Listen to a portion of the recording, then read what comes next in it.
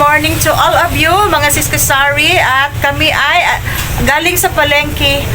And then, dumiretso dito sa tindahan natin. Di pa tayo naliligo, mga siskasari, dahil inihatid namin yung aking anak na nag-duty na, guys. Yung aking anak na bagong nurse.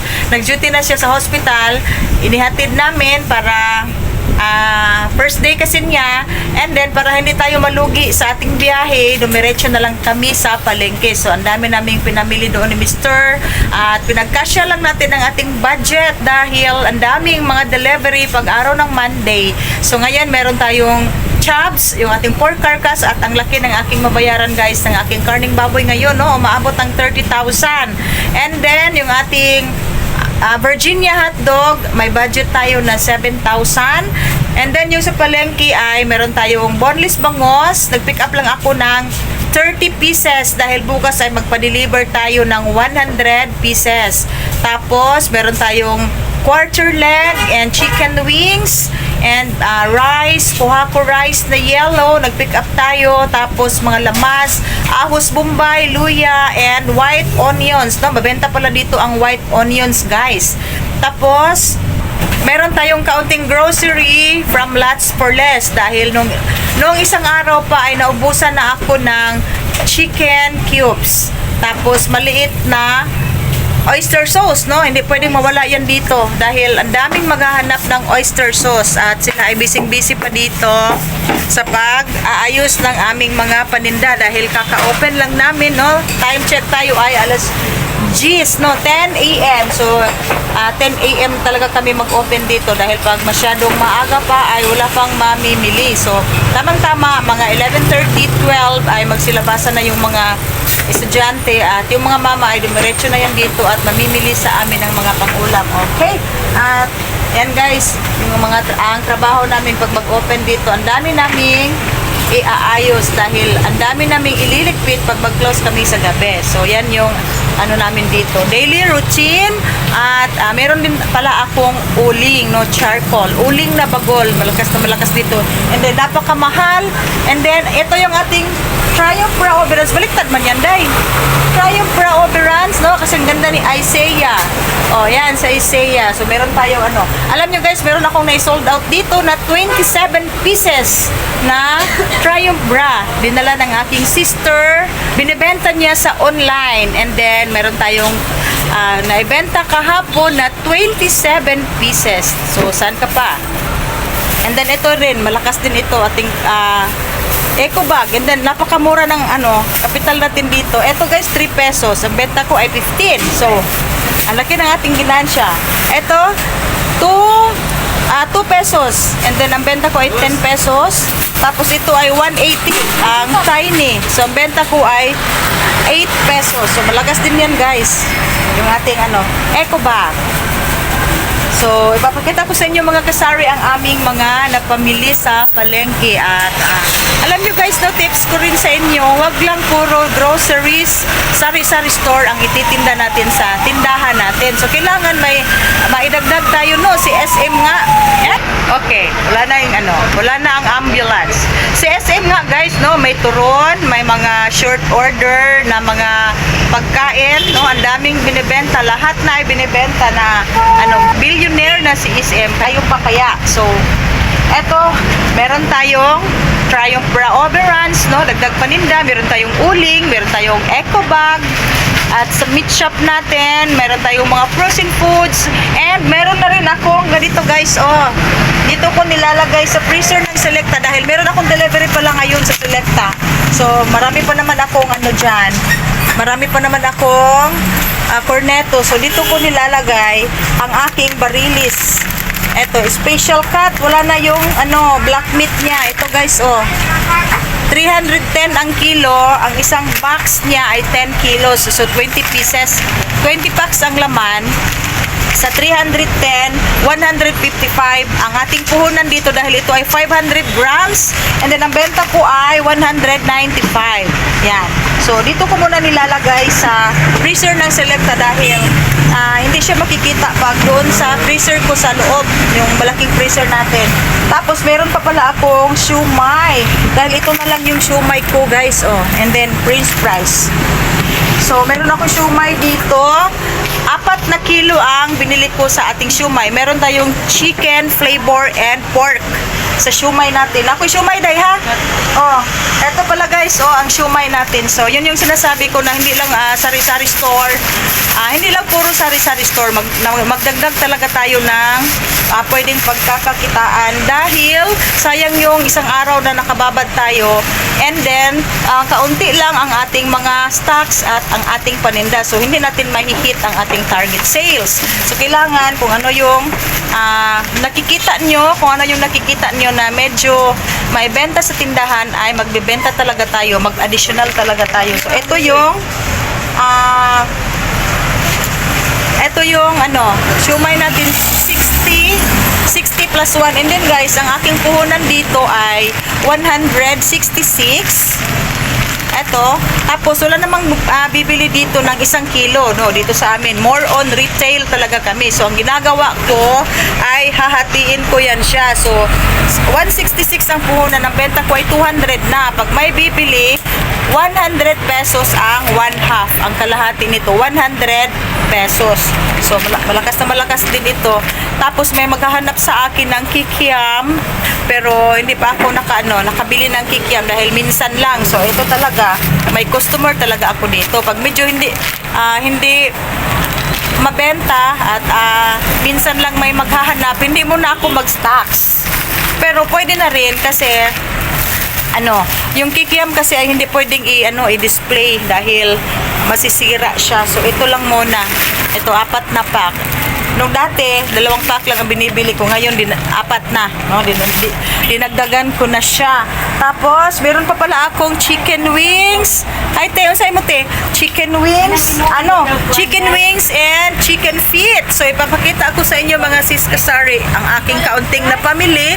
Tapos, hinihintay ko si Chubbs, yung ating pork carcass. And then, meron din akong pork pirna na skinless para pang giniling namin dito dahil yung aking pork carcass everyday ay maliit lang ang timbang yan. Nasa 38, 30, 28. So, maliit na baboy. So, ma-short ako sa laman. So, hindi ako nagiling. So, ngayon, meron akong order na skinless na pork pirna.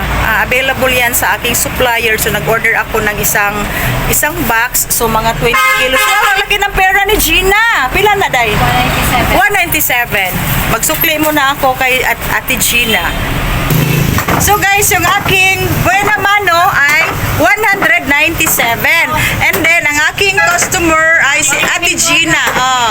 Si Ate Gina. Gina din ang pangalan niya. So, 197. And then, 1,000 pesos ang pera ni Ate Gina. So, say hi, Ate Gina.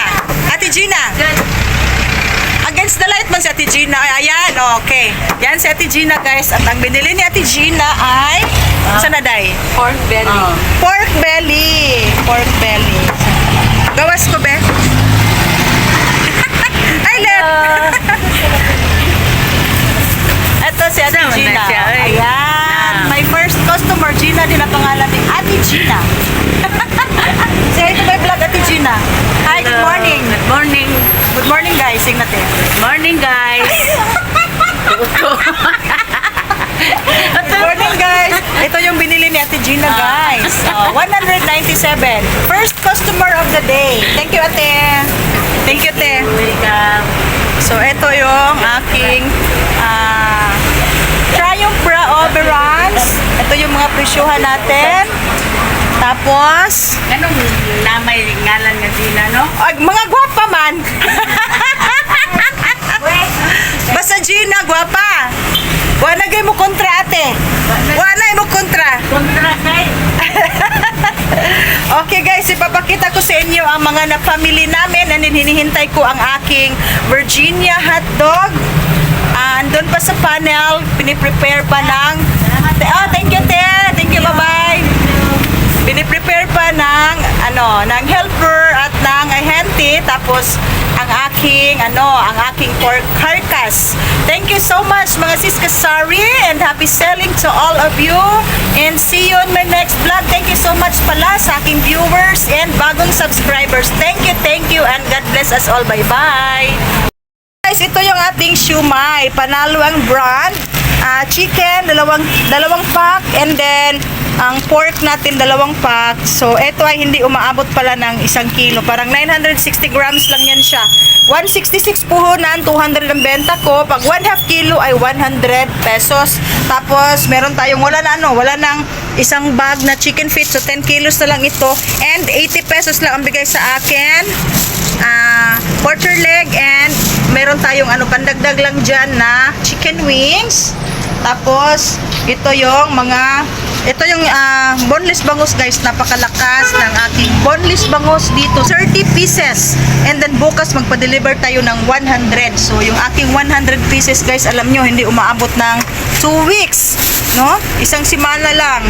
Mauubos na siya. And then, 140 ang kilo ng Bombay. Ito ang luya. 110 ang kilo. And 140 ang garlic. Ito. Meron din akong white onions. Mabenta pala yan dito sa akin. And then, nagdagdag tayo ng soft drinks galing sa Lots for Less. Fresh Mickey. And ito guys, hindi pwedeng mawawala sa tindahan ni Ate Gina yung ating yan ay Ariel. Kaya nga binalot ng cellophane. Ito, oyster sauce and chicken cubes.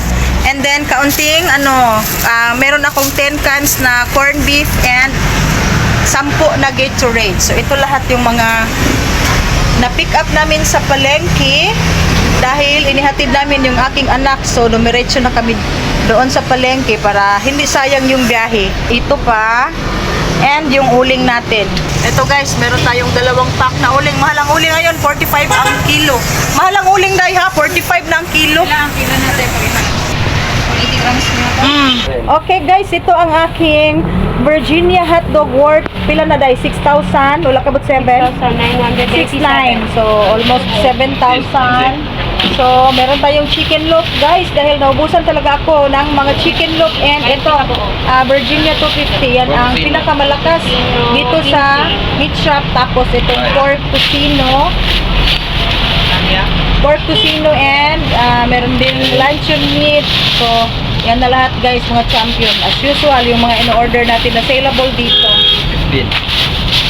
20. 50. Yan, ito. 20 na? 20 na to akong order. Gingo, no? Sige. HDR.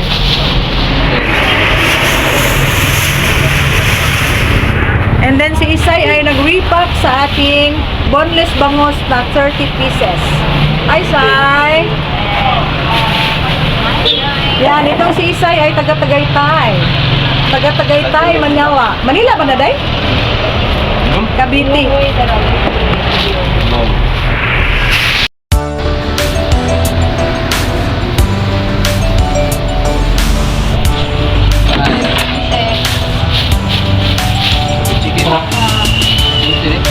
Dili day, ano lang na? Unom. Chicken loaf. Ay, loaf pala. Ikaw na lang ay, ano din malibog si Isay? Si Isay na lang.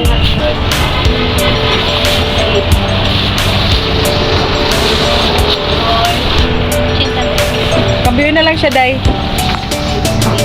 Pwede to.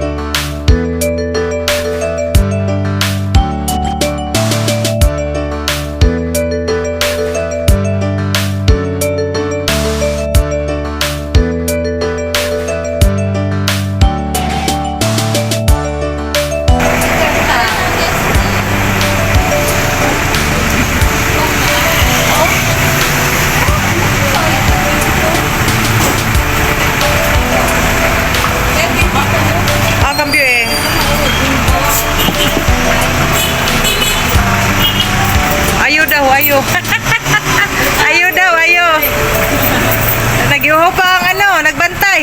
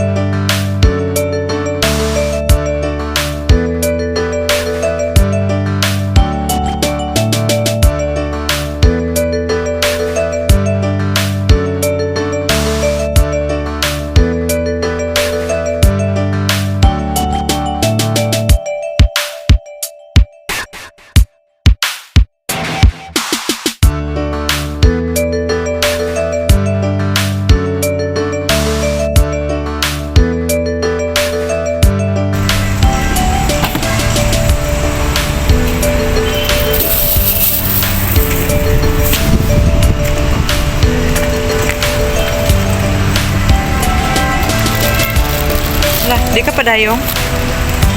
Kaya na nimo?